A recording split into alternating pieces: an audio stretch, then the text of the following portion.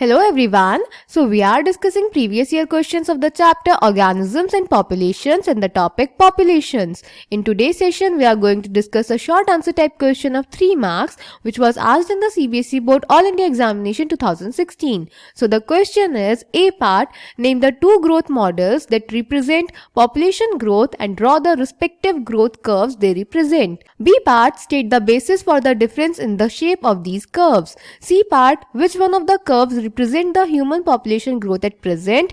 Do you think such a curve is sustainable? Give reason in support of your answer. तो बेटा इस question के ए part में हमें बताना है टू ग्रोथ मॉडल्स का नाम और साथ ही साथ उनका ग्रोथ कर्व भी शो करना है. देन बेटा बी पार्ट में हमें बताना है इन दोनों ग्रोथ कर्व्स की जो शेप है उसमें जो डिफरेंस आता है वो किस बेसिस पे आता है.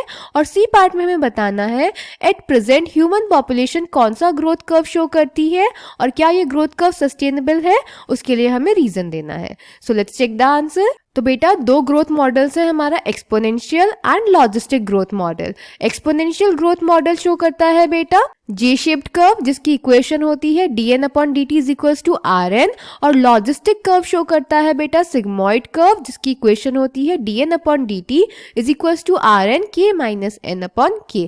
क्लियर. उसके बाद बी पार्ट में हमें बताना था इन दोनों कर्व्स की शेप में डिफरेंस किस बेसिस पे आता है. तो बेटा वो इस बेसिस पे आता है कि जो रिसोर्सेज हैं वो लिमिटेड है या अनलिमिटेड है. जो ए वाला है यानी जो एक्सपोनेंशियल है उसमें जो रिसोर्सेज है वो अनलिमिटेड होते हैं और लॉजिस्टिक यानी बी कर्व में जो रिसोर्सेज हैं वो लिमिटेड होते हैं. क्लियर. देन बेटा सी पार्ट में हमें बताना था कि एट प्रेजेंट ह्यूमन पॉपुलेशन कौन सा ग्रोथ कर्व शो करेगी और क्या वो सस्टेनेबल है. तो बेटा at present human population logistic growth curve show करेगी और हाँ ये सस्टेनेबल है क्योंकि हमारे जो रिसोर्सेज हैं वो लिमिटेड है. Clear. So answer A, here are the curves exponential and logistic. Then B part, amount of resources available. In exponential curve there are unlimited resources and in logistic curve there are limited resources. And C part, the human population shows the logistic growth curve. Yes, it is sustainable as the nature has the limited number of resources and can support the population up to the carrying capacity. So I hope this question is clear to you. Thank you.